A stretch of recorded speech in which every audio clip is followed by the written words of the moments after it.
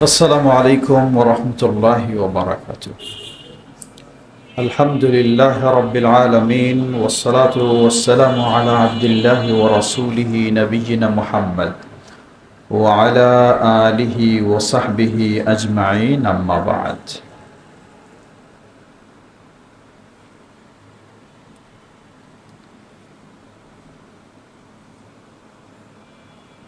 আমাদের প্রিয় প্রতিষ্ঠান জামিআ মানারুত তাওহীদ কর্তৃক আয়োজিত সহি হজ প্রশিক্ষণ 2025, ইতিমধ্যে আমরা দুজন আলোচকের কাছে অত্যন্ত মূল্যবান বক্তব্য শুনেছি। জামিআ মানারুত তাওহীদের সম্মানিত ভাইস প্রিন্সিপাল শেখ মোহাম্মদ আলী আল মাদানী, তিনি হজের মর্যাদা গুরুত্ব সম্পর্কে আলোচনা রেখেছেন। জামিআ মানারুত তাওহীদের ভাইস প্রিন্সিপাল শেখ মাহমুদুল্লাহ আল মাদানী, তিনি হজের শর্তসমূহ কি কি কারণে, কি যোগ্যতা, কি পরিস্থিতি থাকলে হজ ফরজ হয় সে বিষয় নিয়েও সংক্ষিপ্তভাবে আলোচনা করেছেন।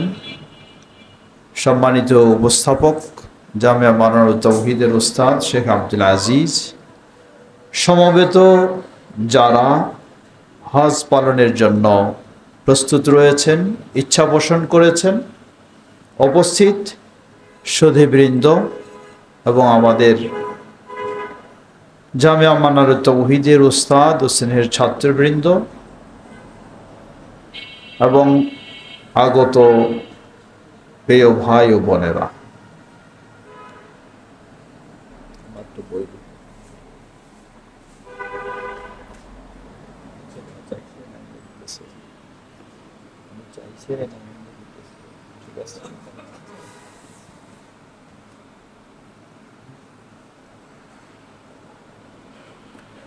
হজ এর গুরুত্ব, তাৎপর্য, মর্যাদা সম্পর্কে আমরা জেনেছি।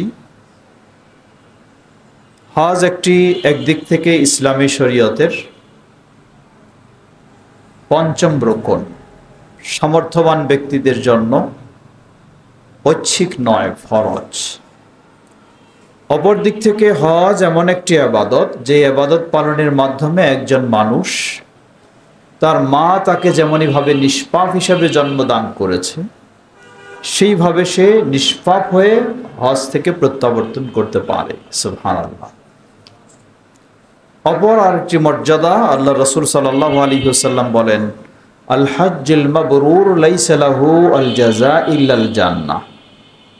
আল্লাহর কাছে গৃহীত হজের সরাসরি প্রতিদান হলো জান্নাত। সুতরাং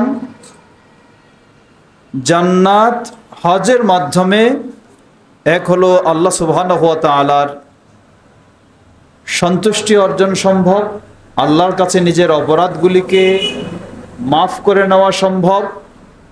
দ্বিতীয় হলো হজের মাধ্যমে জান্নাত নিশ্চিত করে নেওয়া সম্ভব। তা কখন? তা তখন হতে পারে যখন হজের মাঝে কমপক্ষে তিনটি বিষয় পাওয়া যাবে। প্রথম বিষয় হলো, এই হজ হবে একমাত্র কার সন্তুষ্টি অর্জনের জন্য? আল্লাহ সুবহানাহু ওয়া তাআলার সন্তুষ্টি অর্জনের জন্য। মানুষকে দেখানো শোনানো এই জন্য নয়, আমাকে হাজী সাহেব বলে মানুষ সম্মান করবে এই জন্য নয়, শুধু আল্লাহর সন্তুষ্টি অর্জনের জন্য। দ্বিতীয়, এই হজ হতে হবে আমাদের প্রিয় নবী মুহাম্মদ সাল্লাল্লাহু আলাইহি ওয়াসাল্লাম এর সুন্নাহ অনুযায়ী। যদি হজ্জে বেদা এসে যায় তাহলে এই হজ কবুল হওয়ার আশা করা যায় না। হজ্জে যদি শিরকি বিষয় এসে যায় তাহলেও এটি কবুল হওয়ার আশা করা যায় না। তৃতীয়, যা আমরা সবাই জানি, অবশ্যই বৈধ পদ্ধতিতে, বৈধ পয়সায় সেটি অবশ্যই হতে হবে। কিন্তু বড় গুরুত্বপূর্ণ হলো, 1 নম্বর, তা শিরক মুক্ত হতে হবে। 2 নম্বর, তা বেদা মুক্ত হতে হবে। না হলে যতই আমি হালাল পয়সায় হজ করি, যদি সেটি শিরক মুক্ত না হয়, বেদা মুক্ত না হয়, সেই হজ কখনো আল্লাহর কাছে কবুলের আশা করা যাবে না। তাই যারাই হজের ইচ্ছা পোষণ করেছেন, আমরা তাদেরকে যেমন সেই আহ্বান জানাচ্ছি, আপনার হজটা যেন এমন হয় যার মাধ্যমে আপনি নিষ্পাপ হতে পারবেন, আপনার হজটা যেন এমন হয় যার মাধ্যমে আপনি জান্নাত নিশ্চিত করে নিতে পারবেন, সেই ধরনের আপনি প্রস্তুতি রাখবেন। আর আমরাও দোয়া করছি আল্লাহ সুবহানাহু ওয়া তাআলা শুধু বাংলাদেশ নয়, গোটা বিশ্ব থেকে যারাই হজ পালনের জন্য যাবেন, আল্লাহ তাদের সকলকে সেভাবেই হজ পালন করার তৌফিক দান করুন। ফিরে আসি, আমাদের সাথে অনলাইনেও বিশ্বব্যাপী অসংখ্য মানুষ সম্পৃক্ত হয়েছেন, এই হজ প্রশিক্ষণ গ্রহণ করছেন অনলাইনেও। আমরা সকলকেই বলতে চাই যে হজ এটি একটি ইসলামের অন্যতম রোকন, পঞ্চম রোকন, এটি ফরজ ইবাদত। অতএব একটি ফরজ ইবাদত যাতে আল্লাহর কাছে গ্রহণযোগ্য হয়, এজন্য আমাকে কিছু প্রস্তুতি নিতে হবে। সেই প্রস্তুতি হলো সঠিকভাবে হজ পালনের পদ্ধতি আমাকে জানতে হবে। আজকে জামিয়া মানারুত তাওহীদ উত্তরা ঢাকা আপনাদের সেবায় সেজন্যই এই হজ প্রশিক্ষণের আয়োজন করেছে, যা অন্যান্য বছরও আমাদের হয়ে থাকে।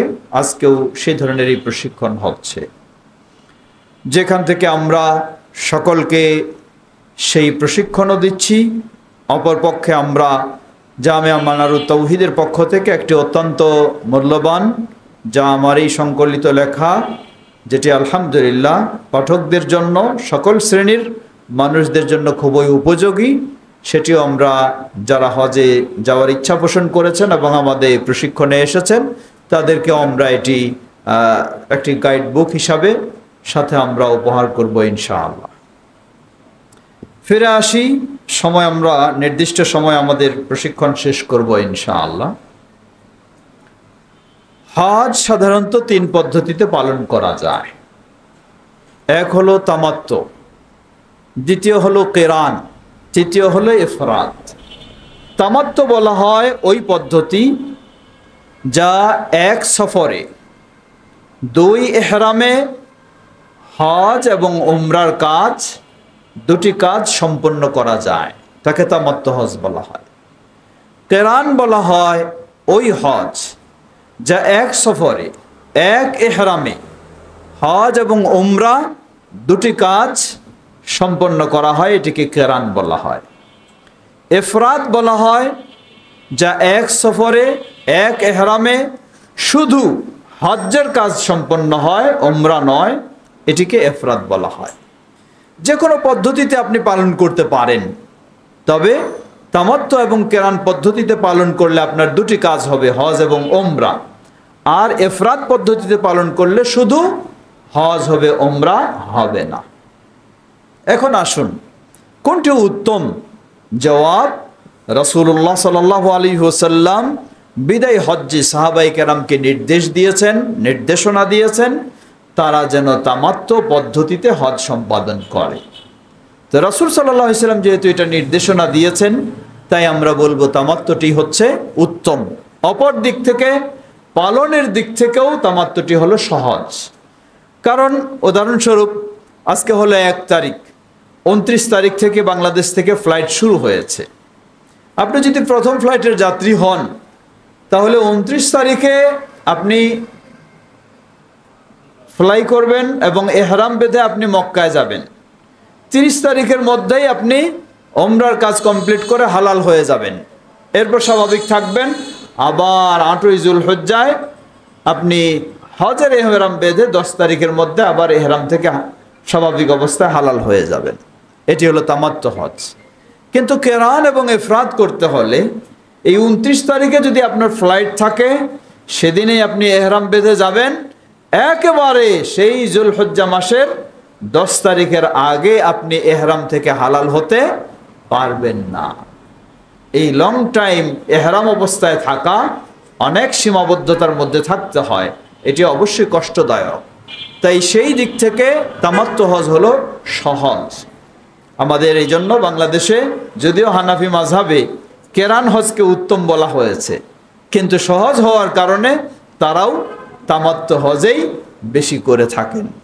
আমরা বলবো আসলেই তামাত্তু হজই হলো উত্তম। আল্লাহ আমাদের উত্তমটাই করার তৌফিক দান করুন। ফিরে আসি আমরা কিভাবে হজ পালন করব। তামাত্তু হজ এর দুটি পর্ব, প্রথম হলো উমরার পর্ব, দ্বিতীয় হলো পূর্ণ হজের পর্ব। উমরার পর্ব, উমরার কাজের জন্য উমরার তিনটি ফরজ।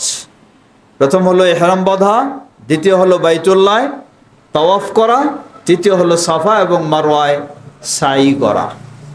তিনটি ফরজ উমরার। প্রথম আমরা শুরু করব ইহরাম দিয়ে। ইহরাম মনে রাখবেন, ইহরামের দুটি অংশ, এক হলো ইহরামের প্রস্তুতি গ্রহণ করা, আরেকটি হলো ইহরাম বাঁধা। অনেক সময় দেখা যায় যে ইহরামের দুটো পোশাক, উপরে একটা চাদর নিচে একটা লঙ্গি সিস্টেমে বাঁধতে হয়। এটা বেঁধে নিলেই মানুষ মনে করে আমি ইহরাম বেঁধে ফেললাম। না, এটার নাম ইহরাম বাঁধা নয়। এটা বাঁধা মানে হলো ইহরামের প্রস্তুতি গ্রহণ করা। বাঁধা আরেক সময়, তার আরেক কাজ রয়েছে। সাধারণত ইহরাম বাঁধতে হয় নিয়ম হলো মিকাতে গিয়ে। সারা বিশ্বের মুসলিমদের জন্য মিকাত রয়েছে 5টি। আমাদের জন্য অতীতে ছিল ইয়ালামলাম, যখন মানুষেরা পানিপথে যেত। এখন আমাদের জন্য মিকাত হলো কারনে মানাজিল, যেটা হলো রিয়াদবাসীদের জন্য মিকাত। সেই কারনে মানাজিল রিয়াদবাসীদের জন্য, এবং এই কারনে মানাজিল এটি হচ্ছে তায়েফের পাশ দিয়ে যে মিকাত, এটি হচ্ছে কারনে মানাজিল। এটি আমাদের বাংলাদেশের মানুষেরাও এখন সেই পথেই ফ্লাইটে যায়, এটি তাদের মিকাত। তো মিকাতে গিয়ে ইহরাম বাঁধতে হয়, কিন্তু মিকাতে তো নামার সুযোগ নাই, আমি তো আকাশে থাকব, ফ্লাইটে থাকব। তাই আমরা ইহরামের প্রস্তুতি গ্রহণ করব ফ্লাইটে ওঠার আগেই। ইহরামের প্রস্তুতি কি? ইহরামের প্রস্তুতি হলো সুন্দরভাবে গোসল করব, অতঃপর ওযু করব এবং ইহরামের পোশাক পরে নেব।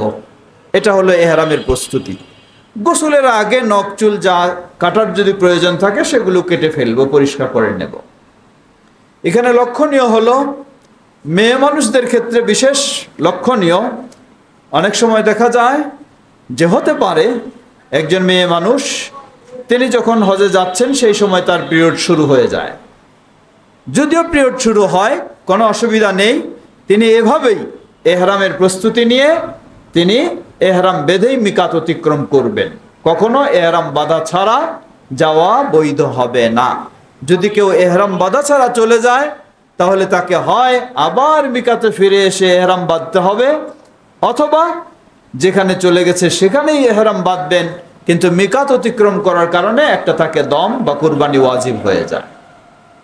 তাই নারী পুরুষ যে যে অবস্থায় সবাই ইহরামের এই প্রস্তুতি গ্রহণ করবে। মেয়েদের প্রস্তুতির জন্য তারা সুন্দরভাবে গোসল করবেন, ওযু করবেন, কিন্তু তাদের ভিন্ন কোনো কাপড় নেই। নরমালি তাদের সাধারণ যেই হেজাবের কাপড় থাকে সেটাই হলো তাদের ইহরামের প্রস্তুতির বা ইহরামের কাপড়। আর পুরুষদের জন্য হলো উপরে একটা চাদর স্বরূপ, নিচে একটা লুঙ্গি স্বরূপ, এটাই হলো পুরুষদের জন্য কাপড়। এভাবে আমরা ইহরামের প্রস্তুতি নেব।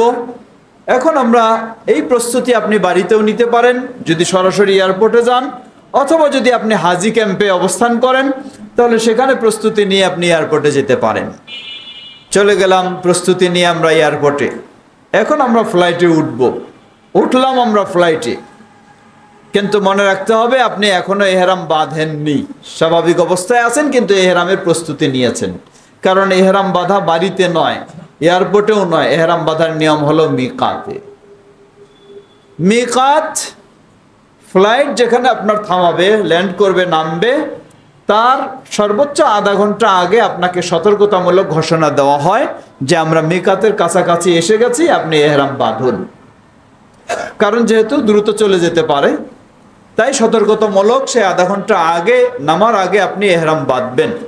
এখানে মনে রাখতে হবে লং জার্নির সময় অনেকে ঘুমিয়ে যেতে পারেন, তাই ডানে বামে যারা থাকবে তাদেরকে আপনারা একটু স্মরণ করে দেবেন যে ঘোষণা আসলে যেন আমাকে তোমরা জাগায় দাও, আমি যেন ঘুমের মধ্যে না থাকি, কারণ ঘুমের মধ্য দিয়ে আপনি হয়তো মিকাত অতিক্রম করে চলে যাবেন, আপনি সমস্যায় পড়ে যাবেন।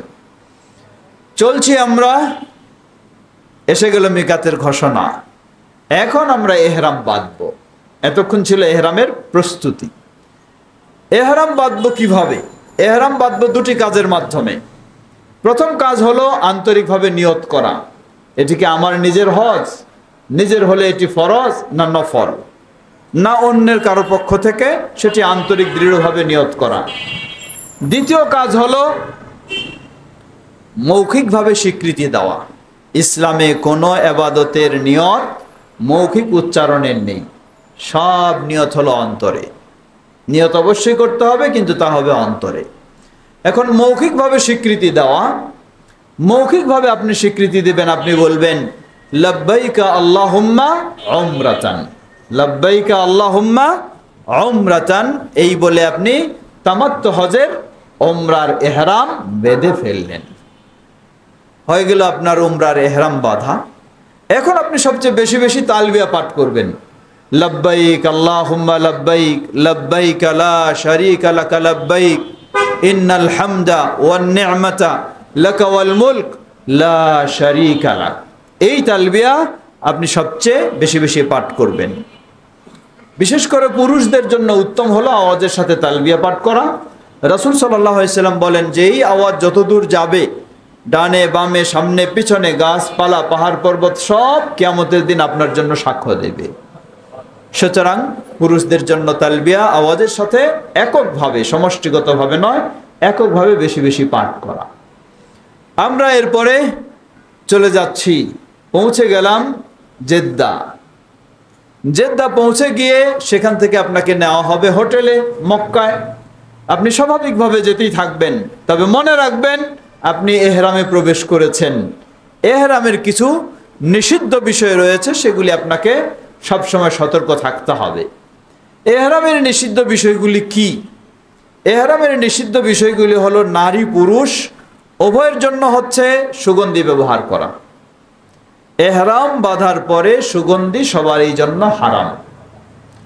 সুগন্ধিযুক্ত সাবান অথবা হ্যান্ড ওয়াশ বা এই ধরনের যদি থাকে, যদি বেশি সুগন্ধিযুক্ত হয়, সুগন্ধি লেগেই থাকতে পারে, এমনটা হয়, তাহলে বর্জন করার চেষ্টা করবেন। আর না হলে নর্মালি সাবান ইউজ করতে অসুবিধা নেই। দ্বিতীয় হলো নারী পুরুষ উভয়ের জন্য মাথা থেকে গোটা বডির চুল কাটা বা তুলে ফেলা নিষিদ্ধ। তৃতীয়, নারী পুরুষ উভয়ের জন্য হাত পায়ের নখ কাটা বা তুলে ফেলা নিষিদ্ধ।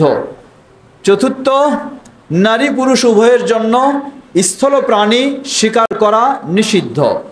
পঞ্চম, নারী পুরুষ উভয়ের জন্য বিবাহ বন্ধনে আবদ্ধ হওয়া অথবা বিয়ে শাদীর প্রস্তাব দেওয়া ও গ্রহণ করা নিষিদ্ধ।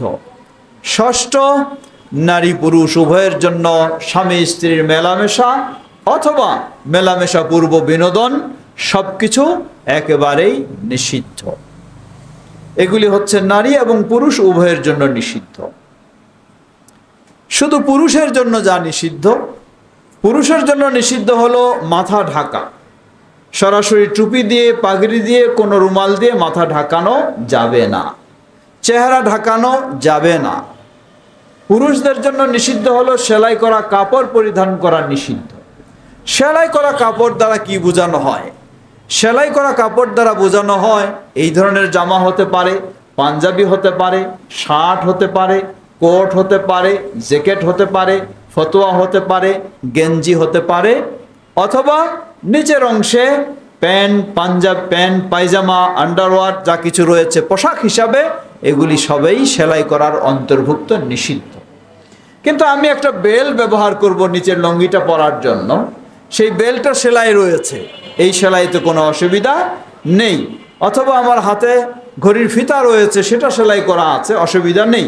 অথবা পায়ে জুতা আছে, স্যান্ডেল, সেগুলি সেলাই করা আছে, এটাতে অসুবিধা নেই।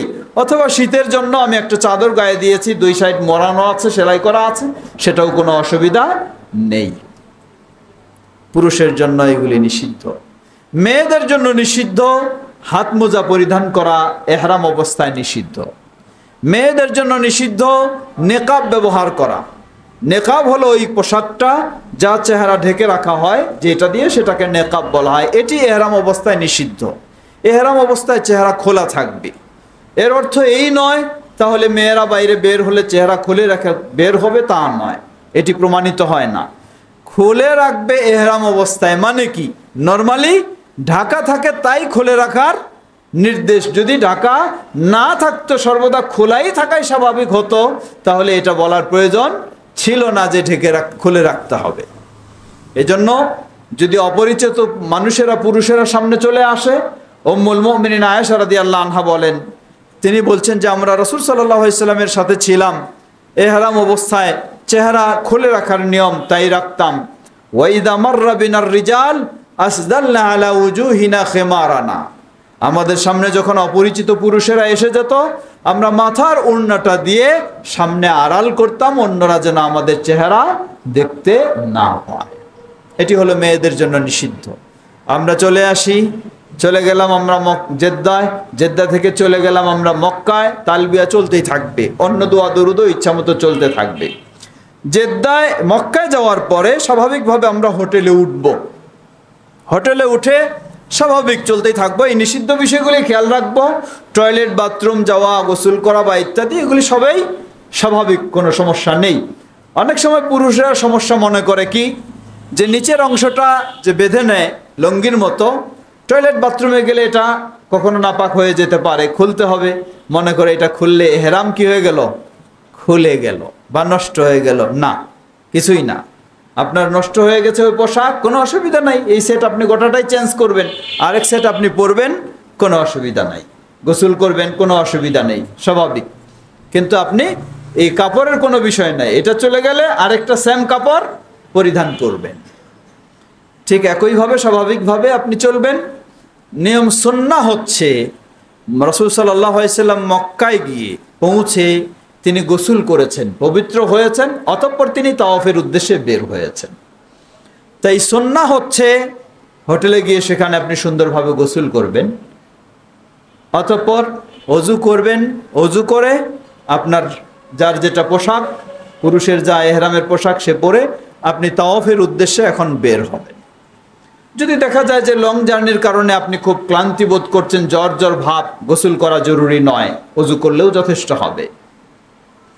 চললাম আমরা তাওয়াফের জন্য বাইতুল্লাহ, চলছে আমাদের লাব্বাইক। তাওয়াফ যখন শুরু করব, লাব্বাইক আল্লাহুম্মা লাব্বাইক বলা শেষ, আর লাব্বাইক বলা যাবে না। এভাবে আমরা লাব্বাইক, এভাবে তাওয়াফের কাছে চলে গেলাম। এখন তাওয়াফ আমরা শুরু করব। এই তাওয়াফটাকে বলা হয় তাওয়াফে কুদুম, মানে আগমনী তাওয়াফ, প্রথম তাওয়াফ। এই তাওয়াফে পুরুষদের জন্য প্রাথমিক দুটি কাজ তাকে করতে হয়। একটিকে বলা হয় ইস্তেবা। ইস্তেবা হলো আপনি উপরে যে চাদরটা পরেছিলেন, সেই চাদরটা বাম সাইডটা চাদর দিয়ে ঢাকানো থাকবে, কিন্তু ডান সাইড, ডান হাতের নিচে চাদরটা দিয়ে আপনি বাম হাতের উপরে ফেলে দেবেন, ডান সাইডটাকে খালি করবেন, ডান কাটটা খালি করে রাখবেন, ডান কাটটা আপনি খালি করে রাখবেন। এটি হচ্ছে ইস্তেবা। সামনের দিকে চলে আসেন, আপনি এদিকে আসতে পারেন, অসুবিধা নেই, এদিক জায়গা আছে। তোমরা কি দেখো, এটা ডান সাইডটাকে আপনি খালি করবেন, এইটাকে বলা হয় ইস্তেবা। এই ইস্তেবা গোটা 7 চক্করেই চলতে থাকবে এবং প্রথম তাওয়াফে শুধু। এমনটা হতে পারে তাওয়াফ চলাকালীন আপনার কোনো সালাত শুরু হয়ে গেছে, তখন আপনি এটাকে ঢেকে নেবেন, ঢেকে নিয়ে আপনি সালাত কমপ্লিট করবেন, আবার সালাত শেষ হয়ে গেলে এটাকে খালি করে তারপর বাকি তাওয়াফের অংশ আপনি পূর্ণ করবেন। মনে রাখবেন, হজের যত কাজ রয়েছে কোনো কাজে অজু থাকা শর্ত নয়। অজু থাকলে ভালো, আলহামদুলিল্লাহ, কিন্তু এমন নয় যে অজু না হলে নষ্ট হয়ে যাবে। শুধু তাওয়াফ, এই তাওয়াফে অবশ্যই অজু থাকতে হবে। এজন্য কোনো মেয়ে মানুষ যদি মক্কায় পৌঁছার পরে দেখা যায় তার পিরিয়ড শুরু হয়ে গেছে, অসুবিধা নেই, দুশ্চিন্তার কিছুই নেই, তিনি হোটেলে অবস্থান করবেন এবং ইহরাম অবস্থায় তিনি আছেন। যখন তিনি পবিত্র হবেন তারপর তিনি পরিচ্ছন্ন হয়ে গোসল করে তারপর তিনি তার তাওয়াফের বা উমরার বাকি কাজ কমপ্লিট করবেন। আমরা এখন তাওয়াফ বললাম দুটি বিশেষ কাজ, একটি হলো ইস্তেবা, এটা খালি করা যা 7 চক্কর। দ্বিতীয় হলো রমল। রমল বলা হয় ঘন ঘন পা ফেলে বীর বেশে চলা, এটি শুধু পুরুষদের জন্য। সেটি হবে প্রথম 3 চক্কর মাত্র, গোটা অংশটাই প্রথম 3 চক্কর। এই দুটি কাজ শুধু পুরুষদের জন্য, মেয়েদের জন্য স্বাভাবিক। এখন আমরা তাওয়াফ শুরু করব। তাওয়াফ শুরু হবে কোন জায়গা থেকে? তাওয়াফ শুরু হবে হাজরে আসওয়াদ থেকে। হাজরে আসওয়াদ তথা হাজরে আসওয়াদ এই কাবার দরজার পাশে যে কণা, এটা এখানেই হলো হাজরে আসওয়াদ। এই হাজরে আসওয়াদ এই জায়গা থেকে তাওয়াফ শুরু হবে। নিয়ম হচ্ছে হাজরে আসওয়াদ কালো পাথরকে চুমু খাওয়া যদি সম্ভব হয়, কিন্তু মারামারি ধাক্কাধাক্কি করে চুমু খেতে হবে এমনটি কখনোই প্রয়োজন নেই। চুমু খাওয়া যদি সরাসরি সম্ভব না হয়, হাত দিয়ে স্পর্শ করে হাতটা চুমু খাবেন। স্পর্শ করা যদি সম্ভব না হয়, তাহলে কোনো আর চুমু খাওয়ার বিষয় নেই। আপনি দূর থেকে শুধু একটি হাত, ডান হাত দিয়ে পাথরের দিকে ইশারা করবেন। ইশারা করে বিসমিল্লাহ আল্লাহু আকবার বলে আপনি তাওয়াফ শুরু করবেন। এই হাজরে আসওয়াদ যে কোণা থেকে শুরু হলো, আবার ওই কোণায় আসলে 1 চক্কর হবে। বিভিন্ন বই পুস্তকে লেখা আছে প্রথম চক্করের এই দোয়া, দ্বিতীয় চক্করের এই দোয়া, এগুলি সঠিক নয়। আপনি আপনার ইচ্ছা মতো দোয়া পাঠ করবেন, ওই বাধ্যবাধকতায় যাবেন না। তবে শুধু এতটুকু, উদাহরণস্বরূপ, উদাহরণ নয়, হাজরে আসওয়াদ যে কোণায়, সেই কোণা থেকে আপনি ঘুরে আসলেন, ঘুরে এসে ওই কোণার আগের কোণাটাকে বলা হয় রুকনে ইয়ামানি। নিয়ম হলো রুকনে ইয়ামানি হাত দিয়ে স্পর্শ করা যদি সম্ভব হয়, না হলে কোনো অসুবিধা নেই। সেখানে কোনো ইশারা করা বা তাকবীর দেওয়ার কোনো নিয়ম নয়। এই রুকনে ইয়ামানি থেকে আবার হাজরে আসওয়াদ পর্যন্ত যখন যাবেন, এই জায়গাটুকুতে একটি আমাদের জানা দোয়া, তা হলো রব্বানা আতিনা ফিদ দুনিয়া হাসানাতাও ওয়া ফিল আখিরাতি হাসানাতাও ওয়া কিনা আযাবান নার। এই জায়গায় শুধু এই দোয়াটি পাঠ করবেন, এটি সুন্নাহ। আর বাকি জায়গায় আপনার ইচ্ছা মতো আপনি দোয়া পাঠ করবেন। হলো 1 চক্কর, 2 চক্কর, 3 চক্কর, 5, 6, 7 চক্কর শেষ তাওয়াফ। তাওয়াফ শেষ, এখন 2 রাকাত সালাত আদায় করবেন।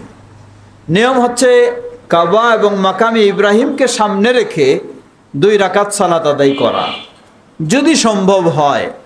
না হলে যদি প্রচণ্ড ভিড় থাকে, জায়গা পাচ্ছেন না, যে কোনো জায়গায় আপনি সালাত আদায় করতে পারেন কাবামুখী হয়ে। এই 2 রাকাত সালাতের সুন্নাহ হলো প্রথম রাকাতে সূরা ফাতিহার পরে কুল ইয়া আইয়ুহাল কাফিরুন, দ্বিতীয় রাকাতে সূরা ফাতিহার পরে কুল হুয়াল্লাহু আহাদ পাঠ করা। যদি না জানা থাকে, যে কোনো সূরা দিয়েও আপনি পড়লে অসুবিধা নেই, হয়ে যাবে। এই 2 রাকাত সালাতের মাধ্যমে তাওয়াফের কাজ কমপ্লিট হলো। এখন আমরা যাব জমজম পানি পান করা। রাসূল সাল্লাল্লাহু আলাইহি ওয়াসাল্লাম বলেন, মা উ জমজম মা উন মুবারাকুন লিমা শুরিবা লা। জমজম পানি বরকতময় পানি, এটি যেই ভালো নিয়তে পান করা হয় আল্লাহ সেটি দান করেন। সুবহানাল্লাহ। তাই আপনি ভালো নিয়তে পান করবেন। জমজম পানি পান করে আপনি চলে যাবেন সাফা মারওয়ায়। কথাটা বলা হয় সাফা মারওয়া, বলা হয় না মারওয়া সাফা। এর মানে কি? এর মানে হলো সাফা দিয়ে শুরু, তারপরে মারওয়া। আগে হলো সাফা, তারপরে হলো মারওয়া। আপনি সাফা মারওয়ায় যাবেন। সাফা মারওয়ায় 7 চক্কর। সেখানে স্বাভাবিক ড্রেসেই থাকবেন, এখানে কোনো খালি করা থাকবে না, নরমালি থাকবে। এহরামের পোশাক আছে, সেটা খালি থাকবে না। প্রথম সাফা দিয়ে শুরু হবে। সাফার কাছাকাছি যাওয়ার চেষ্টা করবেন। যারা কখনো যাননি, দেখেননি, মনে করেন হয়তো বিশাল বড় পাহাড় আছে। আসলে এখন কোনো পাহাড় তেমন নেই। আন্ডারগ্রাউন্ডে হলে তো কিছুই পাবেন না, বেসমেন্টে হলে কিছুই পাবেন না, গ্রাউন্ড ফ্লোরে হলে একটু পাবেন, দেখা যাবে পাথরের নমুনাগুলো আছে, একটু উঁচা আছে। আর সেকেন্ড ফ্লোরে হলে, ফার্স্ট ফ্লোরে হলে তো কিছুই নেই। তো একটু উঁচুর দিকে আপনি যাওয়ার চেষ্টা করবেন। এবং এটি সর্বপ্রথম শুধু সাফাতে, ইন্নাস সাফা ওয়াল মারওয়াতা মিন শাআইরিল্লাহ, এই আয়াতের অংশটুকু পাঠ করবেন।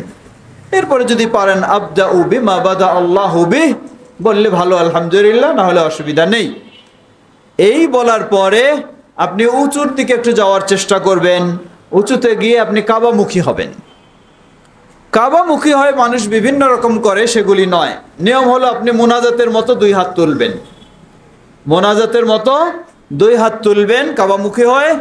2 হাত তুলে আল্লাহু আকবার, আল্লাহু আকবার, আল্লাহু আকবার 3 বার তাকবীর। তারপরে লা ইলাহা ইল্লাল্লাহু ওয়াহদাহু লা শারীকা লাহ লাহুল মুলকু ওয়া লাহুল হামদু ওয়া হুয়া আলা কুল্লি শাইইন কাদির। আনজাজা ওয়া'দাহু ওয়া নাসারা 'আবদাহু ওয়া হাযামাল আহজাবা ওয়াহদাহ। এই দোয়া পাঠ করবেন। পাঠ করে হাত তোলা অবস্থায় আপনার ইচ্ছা মতো যা আল্লাহর কাছে চাওয়ার সেটি চাইবেন। এখানে দোয়া হাত তুলে করাটাই হলো সুন্নাহ। নিয়ম হলো এইভাবে, আবার ওই হাত তোলায় আছে, আবার 3 বার তাকবীর, আবার লা ইলাহা ইল্লাল্লাহ, দোয়া, আবার দোয়া, এভাবে 3 বার রিপিট করা সম্ভব অনুযায়ী চেষ্টা করবেন।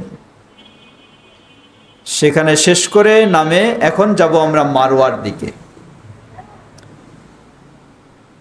তাওয়াফের সময় যেমন আমরা বলেছি বিভিন্ন বই পুস্তকে লেখা আছে প্রথম চক্করে এই দোয়া, দ্বিতীয় চক্করে এই দোয়া, এগুলি ঠিক নয়।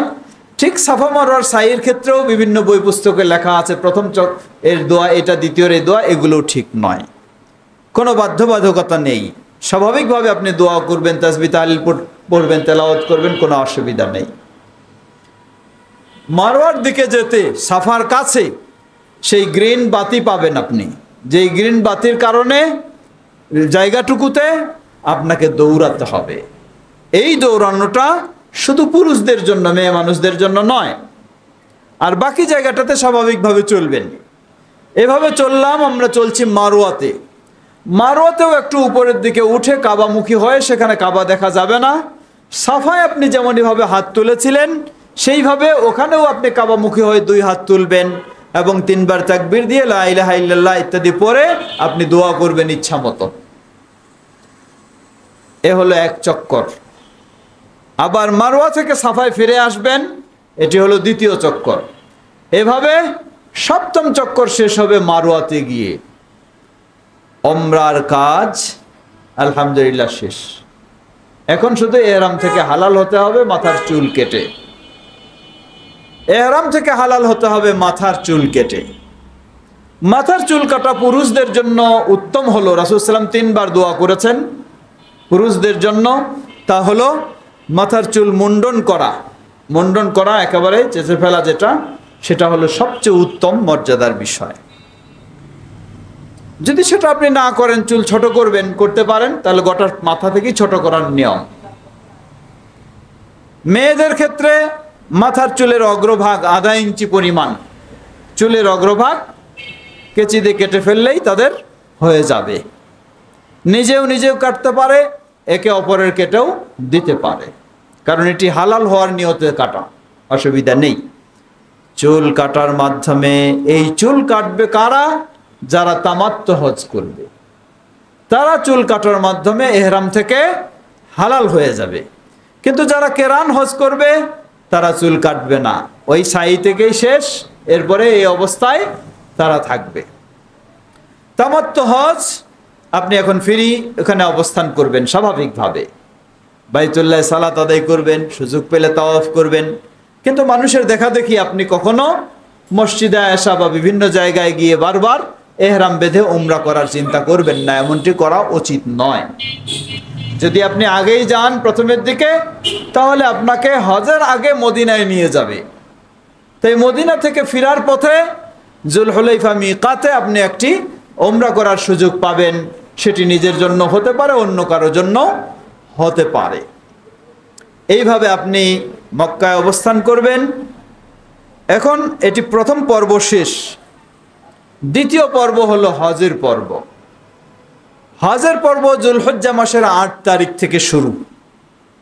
কিন্তু দেখা যায় যে মানুষ প্রচুর হওয়ার কারণে অনেক সময় 7 তারিখ দিবাগত রাতেই আপনাকে মিনার উদ্দেশ্যে নেওয়ার জন্য সময় দিয়ে দেবে।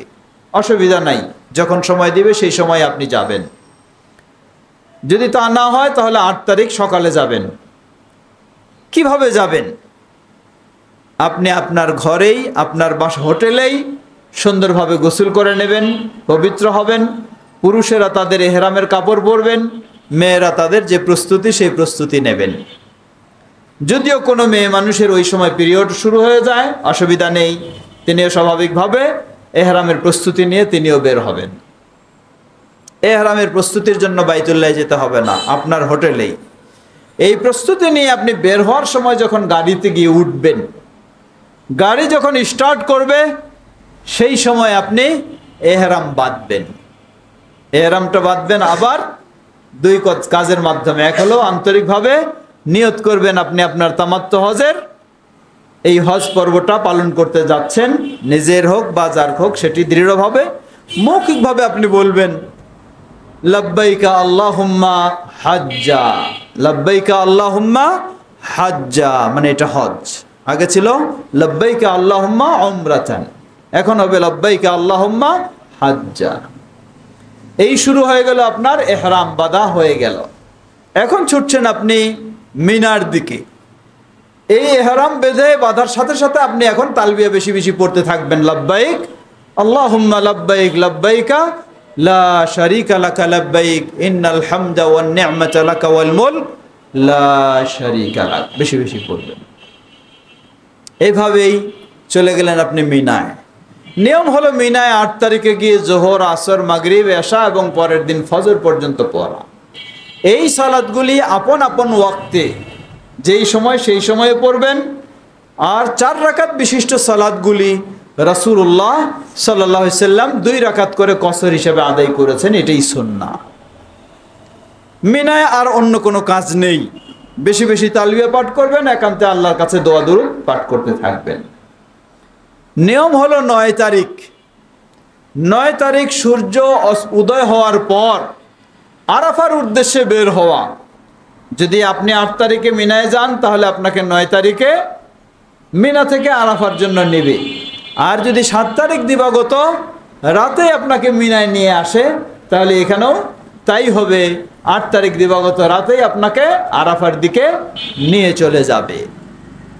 নিয়ে যাক, যখনই অসুবিধা নেই, আপনি তো ইহরাম অবস্থায় আছেন। এখন আপনি 9 তারিখে আরাফার জন্য যাবেন। মনে রাখবেন আল হাজ্জু আরাফা, আল্লাহ রাসূল সাল্লাল্লাহু আলাইহি সাল্লাম বলছেন আরাফাটাই হলো হজ। এর মানে হজের বিভিন্ন কাজ রয়েছে, সেই কাজগুলির কিছু ব্যতিক্রম রয়েছে। কোনো ওয়াজিব ছুটে গেলে কুরবানি দিয়ে ওটা আদায় হয়ে যায়। আর তাওয়াফ, সাই এগুলি নির্দিষ্ট দিনে না পারলেও পরের দিনেও করা যায়, কিন্তু আরাফা নির্দিষ্ট দিনেই করতে হবে। এবং এই আরাফা অবস্থান ছুটে গেলে কুরবানি দিয়েও কোনো কাফারা আদায় হবে না, হজেই বাতিল হয়ে যাবে। তাই এই দিনটি হলো সবচেয়ে গুরুত্বপূর্ণ। আরাফার অবস্থান কখন? আরাফার অবস্থানের মূল সময়টা হলো সূর্য পশ্চিম আকাশে ঢলে যাওয়ার পর থেকে সূর্য অস্ত যাওয়া পর্যন্ত। কিভাবে অবস্থানটা করব? আপনাকে যেখানেই নেওয়া হবে আপনি খালি নিশ্চিত হবেন আপনি আরাফার সীমানার মধ্যে আছেন কিনা, আপনার তাঁবুটা আছে কিনা। এটি বাস্তবেই থাকে, এরপর আপনি এটি খেয়াল রাখবেন। কারণ ভুলবশত কোথাও চলে গেলে তখন আপনি আরাফা মিস হয়ে গেলে তো আপনার হজেই বাতিল হয়ে যাবে, এজন্য খেয়াল রাখতে হবে। আরাফার দিবসে রাসূল সাল্লাল্লাহু আলাইহি ওয়াসাল্লাম সুন্নাহ হলো জোহরের সময় হয়ে গেলে আজান দিয়ে একামত দিয়ে জোহরের 2 রাকাত কসর, অতঃপর সাথে সাথে আবার একামত দিয়ে আসরের 2 রাকাত, 2 সালাত কসর এবং একত্রে পড়া।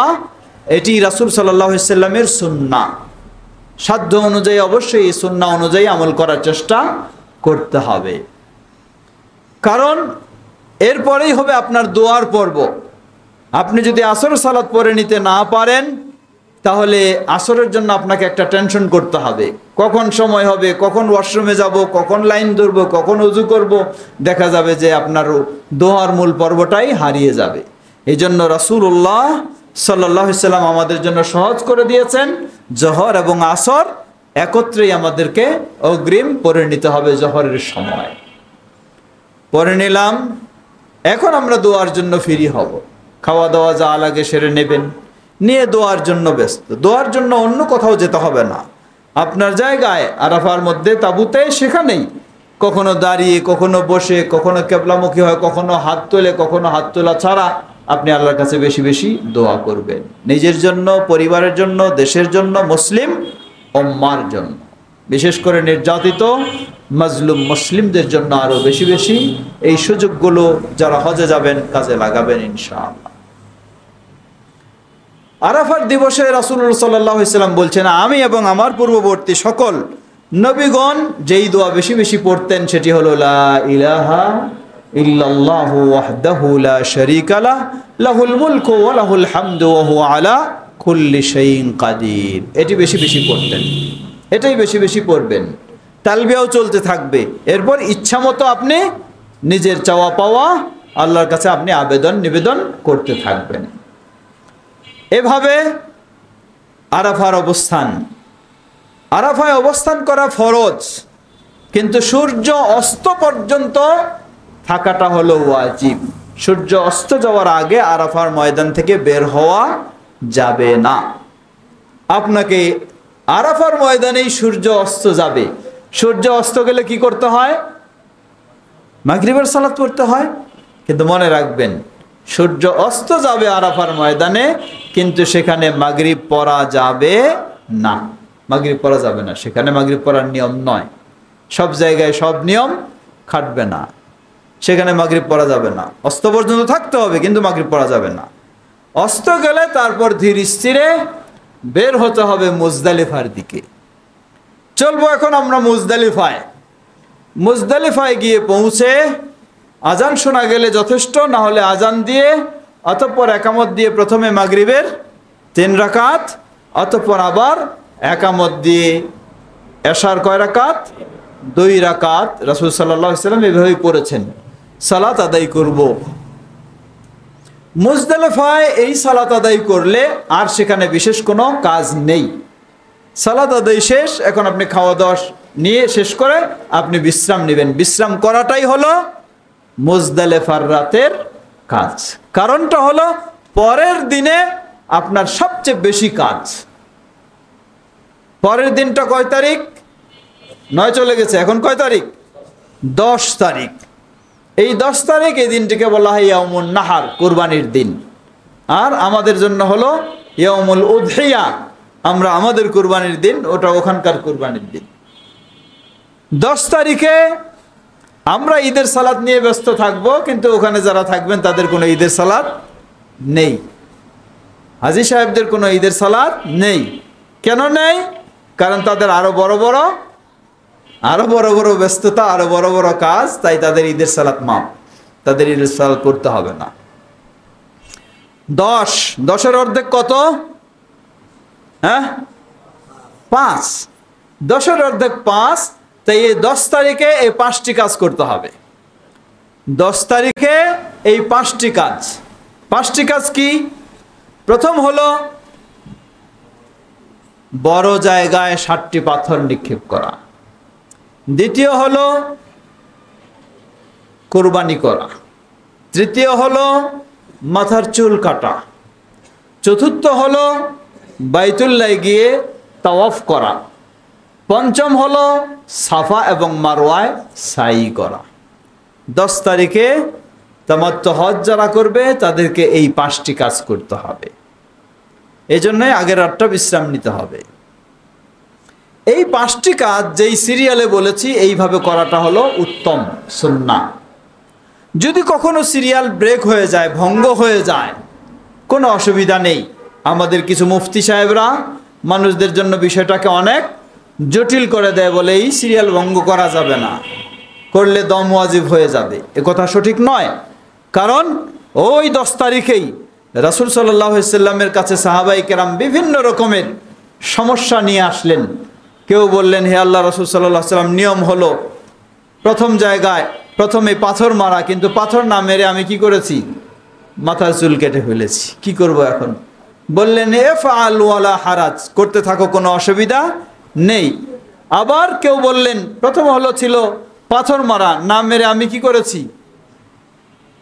কোরবানি করে ফেলেছি, কি করব এখন? বললেন ইফআল ওয়ালা হারাজ, করতে থাকো, কোনো সমস্যা নেই। সুবহানাল্লাহ, সহজ করে দিয়েছেন।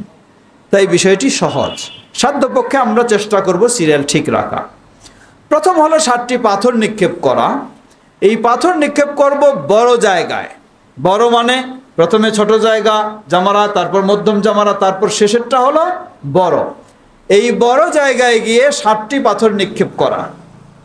7টি পাথরগুলি হবে আঙ্গুলের মাথার পরিমাণের মতো, বড় নয়।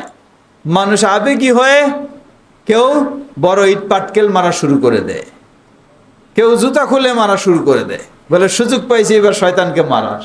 আসলে সেখানে শয়তান আছে কিনা তা তো জানি না। শয়তান থাকলেও মারতে হবে, না থাকলেও মারতে হবে, এটি রাসূল সাল্লাল্লাহু আলাইহি সাল্লাম আমাদেরকে নিয়ম দিয়ে গেছেন। তাই এই পাথর, এই ধরনের জুতা মারা, গালিগালাজ করা ইত্যাদি করা, এটাও শয়তানি কাজ, এগুলি হওয়া উচিত নয়। পাথর মারার শেষ মানে হলো তালবিয়া পাঠ করা শেষ, আর তালবিয়া চলবে না, শেষ। প্রথম দিন আমরা বড় জামারায় 7টি পাথর মারব। প্রতিটি পাথর মারার সময় তাকবীর দিয়ে আল্লাহু আকবার বলে মারব। এই পাথর মারার জায়গাটি এমন এক সময় ছিল খুব ভয়ঙ্কর, এখানে অ্যাক্সিডেন্ট হতো, মানুষ মারা যেত। আলহামদুলিল্লাহ, বাংলাদেশেরই আমাদের একজন স্বনামধন্য ইঞ্জিনিয়ার, তিনি হজ করতে গিয়ে এই জটিলতার সম্মুখীন হলে সেই জায়গাটাকে কিভাবে সুন্দর প্ল্যান তৈরি করা যায় সেই নকশা তিনি তৈরি করে সৌদি অ্যাম্বাসির মাধ্যমে তিনি সৌদি কর্তৃপক্ষের কাছে দিয়েছিলেন। তারা সেটাকে গ্রহণ করেছেন। এখন যে বিশাল ব্যবস্থা, এটি বাংলাদেশের ইঞ্জিনিয়ারের পরিকল্পনা অনুযায়ী হয়েছে। আলহামদুলিল্লাহ, তিনি একজন ভালো মানুষ ছিলেন, মারা গেছেন, আল্লাহ তাকে জান্নাতুল ফেরদৌস নসিব করুন। তো এখন জিনিসটি আলহামদুলিল্লাহ সহজ। এই জন্য পাথর মারার ক্ষেত্রে অস্থিরতা কিছুই নাই, সাধারণ মানুষও মারতে পারবে। খুব কাছে গিয়ে মারার চেষ্টা করবেন, তাহলে খুব সহজেই মারা যাবে। প্রথম পাথর মারা। দ্বিতীয় কাজ ছিল আমাদের কুরবানি করা। কুরবানিটি আগেই আপনি পারেন, সেখানে ইসলামী ব্যাংকের ব্যবস্থা রয়েছে, সুন্দর ব্যাংকেও আপনি দিয়ে দিতে পারেন। কারণ নিজে কুরবানি করতে চাইলেই পারা যাবে এমন নয়, অনেক কঠিন হয়ে যায়। যদি আপনি ব্যাংকে দিয়ে থাকেন, কুরবানি নিয়ে আর আপনার কোনো টেনশন নেই। পাথর মেরেছেন, এখন আপনি মাথার চুল কেটে হালাল হয়ে যাবে। যদি নিজেও কুরবানি করতে চান, হয়তো সেই মুহূর্তে পারছেন না, বিকালে হবে, অথবা কুরবানির সময় তো 10 তারিখ, 11 তারিখ, 12 তারিখ, 13 তারিখের সূর্য অস্ত যাওয়া পর্যন্ত। তাই কুরবানির জন্য অপেক্ষা করবেন না, আর আপনি পাথর মারার পর নিজের মাথার চুল কেটে আপনি হালাল হয়ে যাবেন। এটাকে বলা হয় তাহাল্লুল আল আউয়াল, প্রথম হালাল। এই প্রথম হালালের মাধ্যমে ইহরাম অবস্থায় যা নিষিদ্ধ ছিল সবগুলি এখন বৈধ। শুধু স্বামী স্ত্রীর মেলামেশা এখনো নিষিদ্ধ, যতক্ষণ না বাইতুল্লাহ তাওয়াফ শেষ হয়। এভাবে আমরা কোরবানি করা, চুল কাটা শেষ। চুল কাটা আগের নিয়মেই, পুরুষরা পুরুষের মতো, মেয়েরা মেয়ে মানুষের যেভাবে আগে বলেছি আমরা সেভাবেই চুল কাটবে। চুল কাটলে হালাল হয়ে যাবে। এখন আপনি যদি সম্ভব হয়, সময় থাকে, সুযোগ থাকে, শারীরিক সুস্থ থাকেন, তাহলে বাইতুল্লাহ গিয়ে তাওয়াফ করবেন, সাই করবেন। কারণ সেদিন যানজট অনেক বেশি হয়, তাওয়াফেও অনেক সময় লাগে, সাইতে আরও বেশি সময় লাগে। দেখা যায় অনেক সময় বের হতে বিলম্ব হলে তাওয়াফ সাই শেষ করতে আবার মিনায় ফিরতে রাত শেষ হয়ে যায়। এই 10 তারিখ দিবাগত রাতটি মিনায় যাপন করা ওয়াজিব, তাই আমাদেরকে খেয়াল রাখতে হবে এটা। যদি আপনি 10 তারিখে তাওয়াফ সাই করতে পারেন, আলহামদুলিল্লাহ, এটি উত্তম। যদি না পারেন, অসুবিধা নেই, 11 তারিখে করতে পারবেন, জায়েজ রয়েছে। 12 তারিখেও করতে পারবেন, জায়েজ রয়েছে তাওয়াফ সাই। এমনকি 13 তারিখেও আপনি করতে পারবেন, ইনশাআল্লাহ, অসুবিধা নেই। এভাবে আমাদের 10 তারিখের কাজ শেষ। 11 তারিখ, 12 তারিখ, 13 তারিখ, মাত্র 11-12 দুইটি কাজ। দিনের বেলা 3 জায়গায় পাথর মারা, 3 সাথে কত? 21টি করে পাথর মারা। এই পাথর মারার সময় হলো সূর্য পশ্চিম আকাশে ঢলে যাওয়ার পর, অর্থাৎ জোহর হওয়ার পর, আগে নয়। প্রথম দিনে সূর্য অস্তর পর, উদয়ের পর। আর 11 তারিখ, 12 তারিখ হলো মানুষের দেখা আগে কেউ মারতে যাবেন না। সূর্য পশ্চিম আকাশে ঢলবে, জোহরের সময় হবে, তারপর আপনি মারতে যাবেন। আপনার জন্য লম্বা সময় রয়েছে। জোহরের পর থেকে শুরু করে আপনার জন্য সুযোগ রয়েছে, জোহর, আসর, এমনকি মাগরিবের পরেও আপনি মারতে পারলেও অসুবিধা নেই, জায়েজ হবে। এভাবে আপনি পাথর মারবেন। প্রথম জায়গায় ছোট জামরায় 60টি পাথর মারবেন, তাকবীর দিয়ে সেভাবে মারবেন। মেরে সামনের দিকে গিয়ে, ডান দিকে গিয়ে 2 হাত তুলে দোয়া করবেন, এটি সুন্নাহ। মাঝের জায়গায় মধ্যম জামরায় গিয়ে সেখানে আবার 60টি পাথর মারবেন। মেরে সামনের দিকে গিয়ে, বাম দিকে গিয়ে 2 হাত তুলে আবার আপনি দোয়া করবেন, এটি সুন্নাহ। এরপরে শেষ জায়গায়, বড় জায়গায় গিয়ে 60টি পাথর মেরে সেখানে কোনো আর দোয়া নেই, চলে আসবেন। এরপরে 11 দিন গিয়ে রাত সেখানে যাপন করবেন। 12 তারিখ পাথর মারবেন সূর্য ঢলে যাওয়ার পর। অতঃপর আপনি চাইলে আপনি সেখান থেকে যদি 12 তারিখে পাথর মেরে আপনি চলে আসতে চান, তাহলে আপনার আসার অনুমতি রয়েছে। তবে আসতে চাইলে আপনাকে সূর্য অস্ত যাওয়ার আগেই মিনা ত্যাগ করতে হবে। মিনায় সূর্য অস্ত গেলে আপনাকে আবার 13 তারিখে পাথর মেরে আসতে হবে। এভাবে আমরা পাথর মেরে, পাথর 12 এবং 13 তারিখে, 11-12 তারিখের পাথর মারার মাধ্যমে হজের কাজ সম্পন্ন হবে আলহামদুলিল্লাহ। এখন বাকি শুধু একটা কাজ। কি কাজ? বাকি শুধু একটা কাজ, সেটা হলো বিদায়ী তাওয়াফ। বিদায়ী তাওয়াফ, আর বিদায়ী তাওয়াফ হবে বিদায়ী বেলা, মানে যখন আপনার আসার সময় ফ্লাইট শিডিউল দেওয়া হবে তার আগে গিয়ে আপনি তাওয়াফ করবেন। বিদায়ী তাওয়াফের বিশেষ কোনো প্রস্তুতি নেই, সাধারণ ড্রেসেই, স্বাভাবিক বেশেই আপনি বিদায়ী তাওয়াফ, 7 চক্কর তাওয়াফ এবং 2 রাকাত সালাত, এটাই হলো বিদায়ী তাওয়াফ। বিদায়ী তাওয়াফের সময় যদি কোনো মেয়ে মানুষের পিরিয়ড শুরু হয়ে যায়, তাহলে তাদের জন্য ছাড় রয়েছে, তাদের কোনো বিদায়ী তাওয়াফ লাগবে না। এভাবে আমরা হজের কাজ সম্পন্ন করতে পারবো ইনশাআল্লাহ। আল্লাহ আমাদের তৌফিক দান করুন। ছোট্ট করে একটি কথা স্মরণ করে দিতে চাই, সেটি হলো মদিনা জিয়ারত। মদিনা জিয়ারত করা কি হজ উমরার অংশ? জবাব না। মদিনা জিয়ারত করা হজ উমরার অংশ নয়। মদিনা কেউ জিয়ারত করতে যেতে না পারলেও তার হজ উমরার কোনো ক্ষতি হবে না। কিছু প্রচলিত হাদিস রয়েছে, বলা হয় যে মদিনায় গেল না তার হজই হলো না, এই জাতীয় এই হাদিসগুলি সবগুলি জাল, অগ্রহণযোগ্য, কোনোটাই গ্রহণযোগ্য নয়। শুধু আমরা মক্কায় যখন পৌঁছে যাই, সরাসরি মদিনার জন্য আরেকবার যাওয়া সম্ভব নয়, তাই এই সুযোগটা আমরা কাজে লাগানোর চেষ্টা করি, সহজেই যেন মদিনায় যাওয়া যায় সেটি যাই, এই হলো বিষয়। কিন্তু এটি হজ উমরার অংশ নয়। মদিনা যখন যাব তখন আমার কি চিন্তা থাকবে, নিয়ত থাকবে? আমার নিয়ত থাকবে মসজিদে নববীতে সালাত আদায়ের উদ্দেশ্যে আমি যাব, কবরের উদ্দেশ্যে নয়। এটি নিয়ত থাকতে হবে, কারণ কবরের উদ্দেশ্যে সফর করা নিষিদ্ধ।